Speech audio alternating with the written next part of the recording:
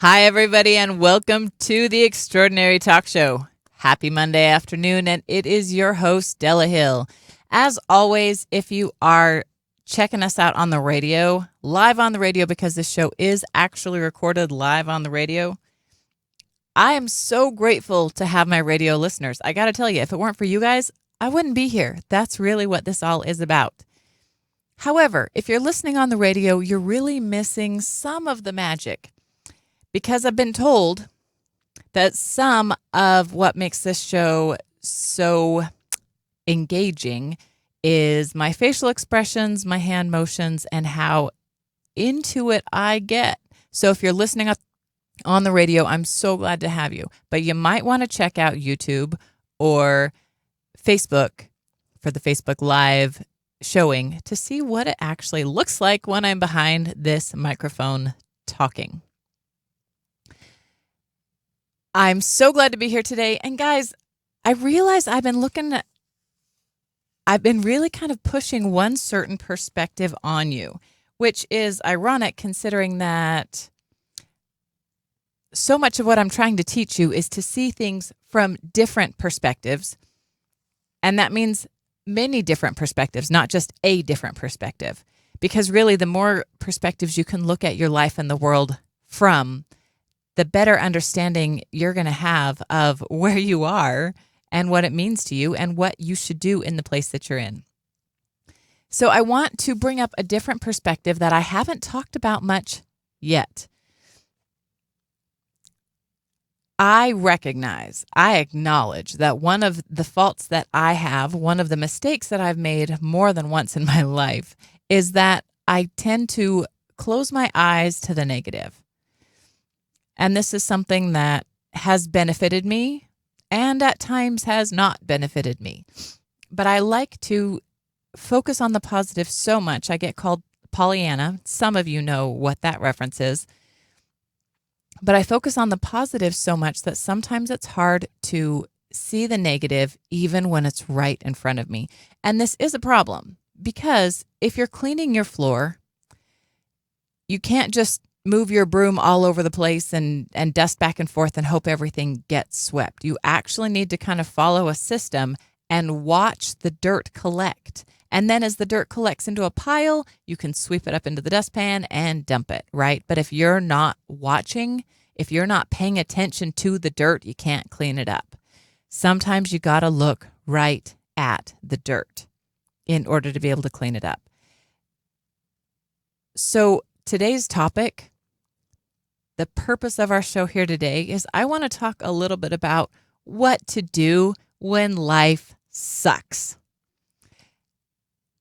Because every single human on this earth experiences life sucking. The best of us, the most positive, those that have the greatest outlook, those that have the best understanding of the law of attraction and how to attract to ourselves the best and greatest things, every single one of us has experiences, has times, despite our best efforts, where life simply sucks. And when life sucks, what do you do? Let's take a couple minutes and talk about this. And I think anybody could come here and sit in one of these chairs behind one of these microphones and share their experience about the last time that life really sucked for them. In fact, chances are they're not going to have to go back very far in their memory to find it. I don't want to focus on the sucking part, right? I don't want to focus on the negativity. We acknowledge we need to be aware of it. We must acknowledge the negative. That doesn't mean we need to keep staring at it. That doesn't mean that when I sweep up my pile of dust that I need to go gather up my neighbors so they can stand around with me and we can point at it and go, look at, there's the negative. There's the negative. Does everybody else see it? Does everybody else see it? There it is. We don't need to do that. We don't need to draw that much attention to it. We only need to draw enough attention to it to know that it's there and it can be neutralized and it can be cleaned up. But in that moment, when you're there, when you're overwhelmed, let me explain something to you because I want to be able to give you guys something to let yourselves off the hook just a little bit. And I've explained this before, but in this reference, when you are stressed out, our bodies were created to use a fight or flight syndrome, which means when we get scared, when we get stressed, our body knows, I know how to handle this. We're going to make sure we can breathe. We're going to make sure we can run. So all of the blood gets pulled from the non-essential areas in your body to your heart, your lungs, and your muscles, so that in this moment you can fight or you can flee. The problem with this is when this happens, while we're grateful for it, we're grateful for the natural instincts of our body to do this. The problem I want you to understand is when that happens, all that blood gets pulled out of your brain because clear and cognitive thinking is not considered an essential process when you're in fight or flight mode. So when you're in the moment where life sucks, everything feels like life sucks, all of the blood that you need to be able to think clearly, all of the blood that you need to be able to focus, the blood that you need in your brain in order to think clearly and problem solve gets pulled to your heart, lungs, and muscles. In this moment, and if you're in this moment right now, if you're listening to this right here, if maybe you searched this YouTube video because life sucks and you want to know what to do, if you're in that moment, give yourself a break. It's not always going to be this bad, but right now you can't recognize it because you don't have enough blood going to your brain to think clearly, and it's not your fault. Give yourself a break. Okay, next, take a deep breath and listen to me say, you don't have to believe me, but listen to me tell you, it's going to be okay. When I say you don't have to believe me, I want you to listen to yourself. I want you to listen to your own body, to your own feelings, and know what's true. Because you have this spot, this center, kind of behind your solar plexus. If you put your hand at the bottom of your ribs, it's right behind there. Okay? And that's your truth center. That spot tells you what's true for you and what's not true for you. If I say something and that truth center feels lighter, feels expanded, feels relieved, that's how you know that that is true for you. If I say something or you think something or someone else says something or you hear something and that truth center gets tighter or contracts, that's when you know that that is not true for you. Okay? So as I'm talking, I don't expect you to believe a single word I say. I ask you to listen to yourself and find out from yourself if the things that you're hearing are true for you or not. So the first thing I'm going to tell you again, take a deep breath and hear me say, you don't have to believe it, but hear me say, it's going to be okay. Now listen to that truth center. Because if it really is going to be okay, then maybe, just maybe you felt just a teeny, teeny, tiny bit of release in that truth center. Give yourself a break. It's not your fault. It's nobody's fault. There's no blame. It just is. But give yourself a break. It's not your fault.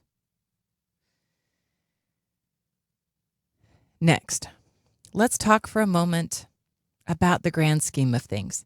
And I know that this can be frustrating, but please go with me.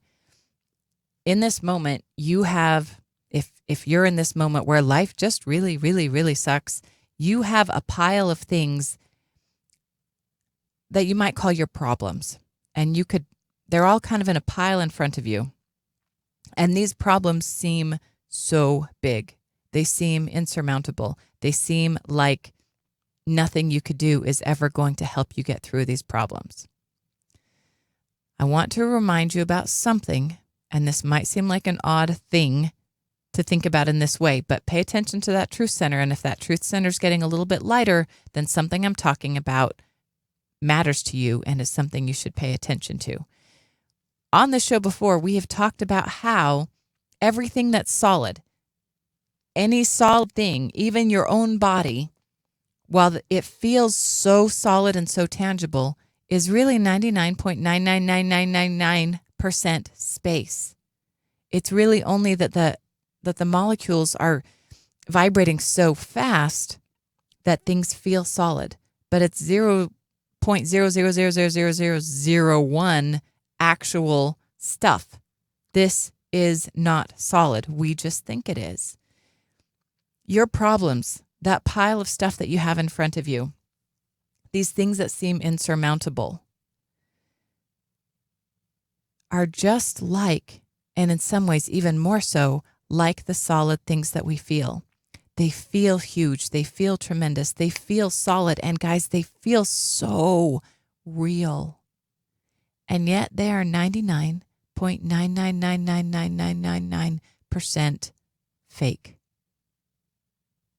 So much of what you're feeling, so much of what you're hurting from is an illusion that you, and that we, because we all do it and have done it, are creating. This pain that you're feeling is part of the reason that it hurts so much is because you're not supposed to feel that way. Part of the reason that you have so much pain is because deep inside, you know that you're not supposed to hurt. And so the fact that you're hurting is frustrating and causes more pain. Again, I know it feels like a cruel joke, but that's how you know that that is not normal for you. Even if you've gotten used to it, even if you've felt that pain for so long, that is not normal for you. That is not how you are supposed to feel. There is a better way to feel, and that is all you got to do is find the next better feeling thought, the next better feeling, the next better feeling posture. Anything that you can get from where you are to feeling just a little bit better is all you got to do. And remember those problems that seem insurmountable. In the long run, okay, now you might think about the long run of this year. Are they really that big of a deal? 5 years from now, are these things going to matter? Probably not. 10 years from now, are these things going to matter? Probably not. 50 years from now, are these things going to matter? And you're going to say, well, Della, I'm probably not even going to be alive 50 years from now. Yeah, that's why I asked that. Is it really going to matter 50 years from now? Because let's jump even further outside of that. We're here inside of this life that right here, right this moment, feels so important.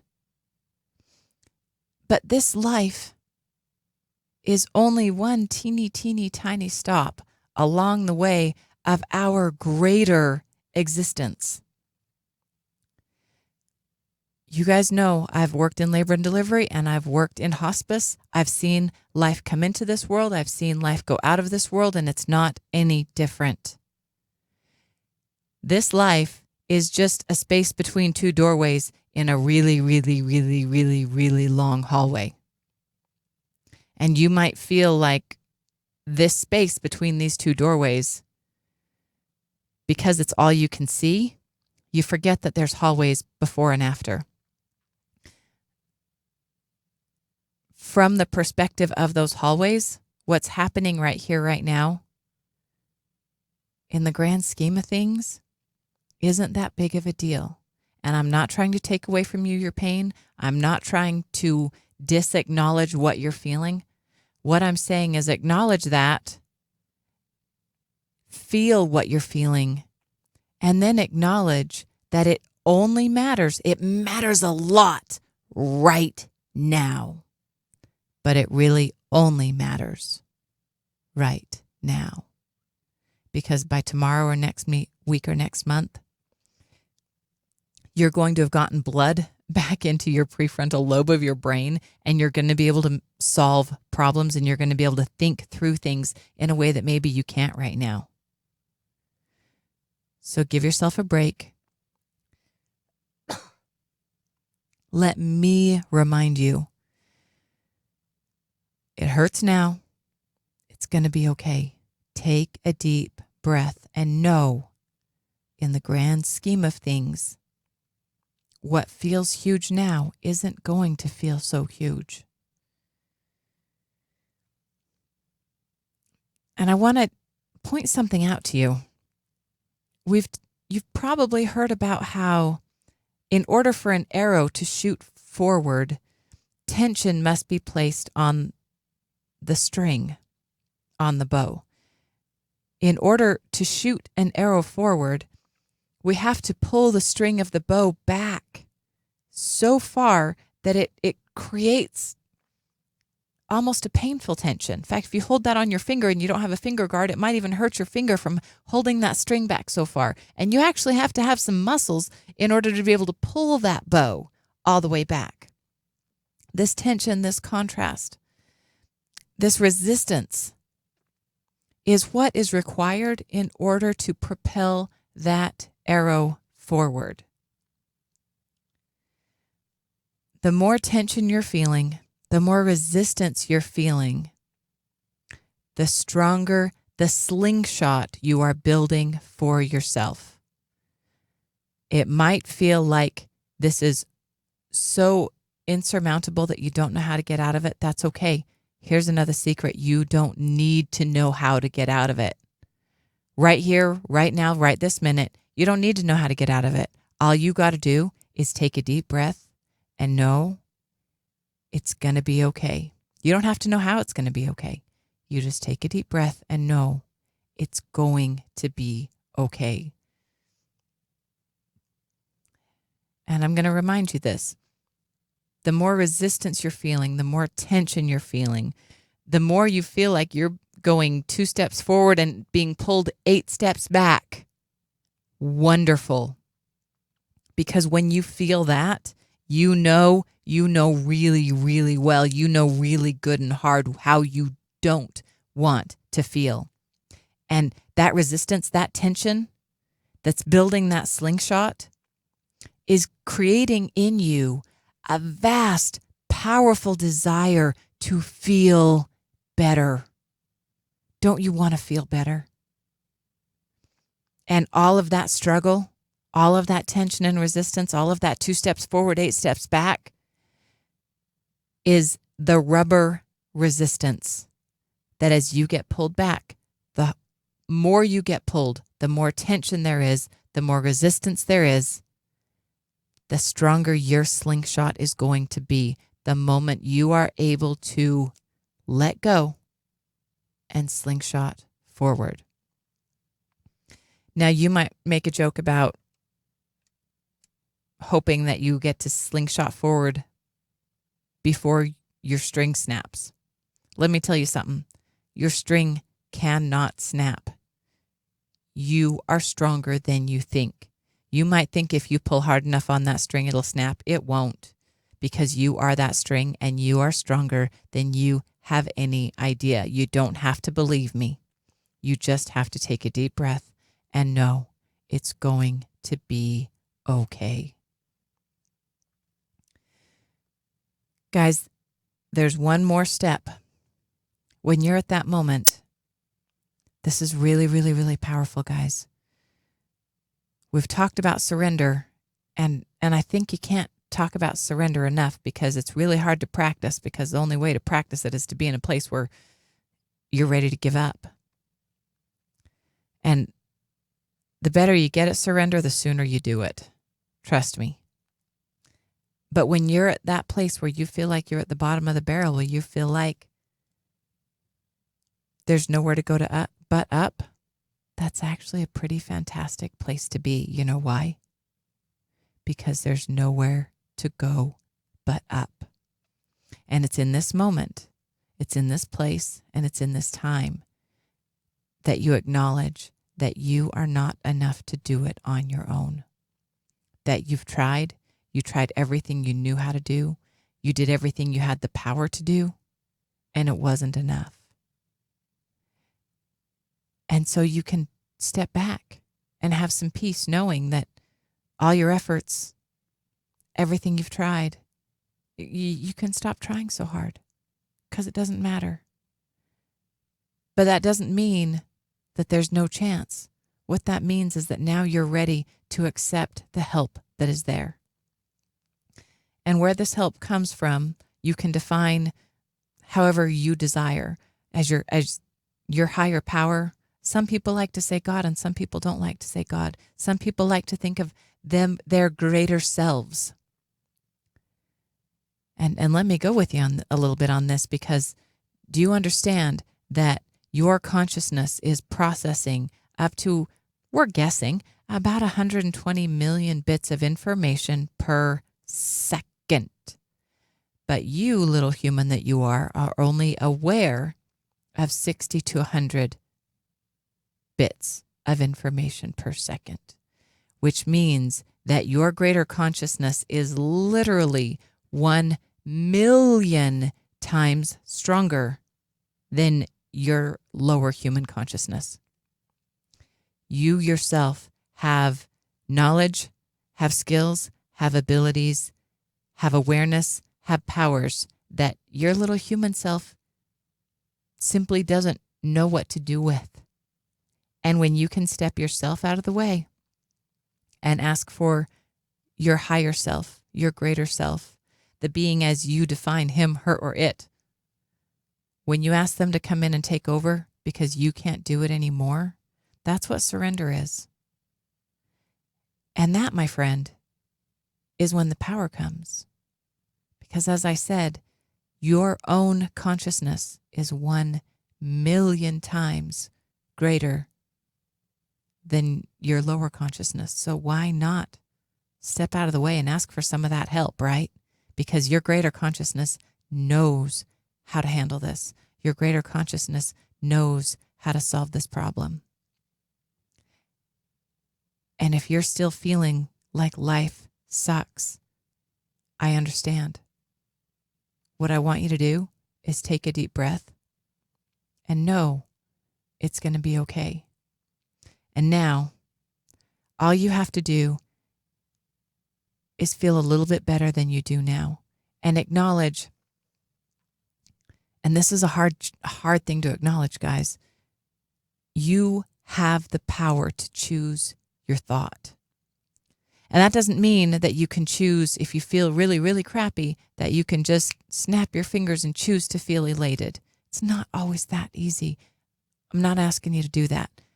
And I already explained that you don't have the blood in your brain to make all of the choices that might otherwise be available to you. But what is available is something that feels just a little bit better. Because anger feels a little bit better than hopelessness.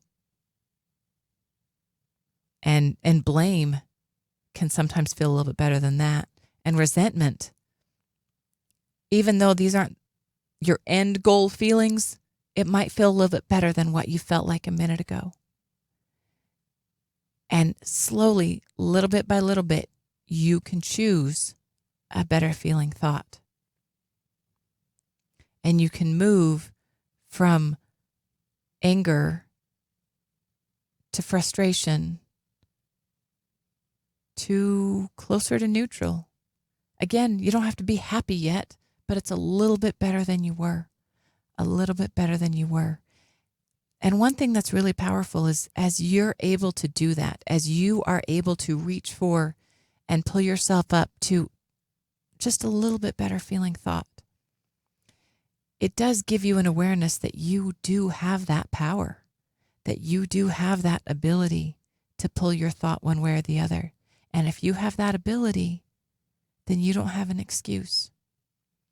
And then it's truly up to you to choose, how do you want to feel? And do you want to feel angry and pissed off for the next 5 minutes? Okay, fine. allow yourself to feel that. Just maybe set a timer and know that after 5 minutes, you're going to reach for something that feels a little bit better. And if you want to feel some resentment for a few minutes, great, set a timer and feel some resentment for a few minutes. When that timer goes off, know that it's up to you to feel a little bit better. And nobody else can do it for you, but you can surrender and ask for help.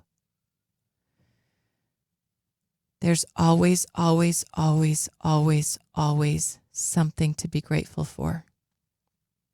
There's never, ever, ever, ever, ever a reason to give up. My friends have been there.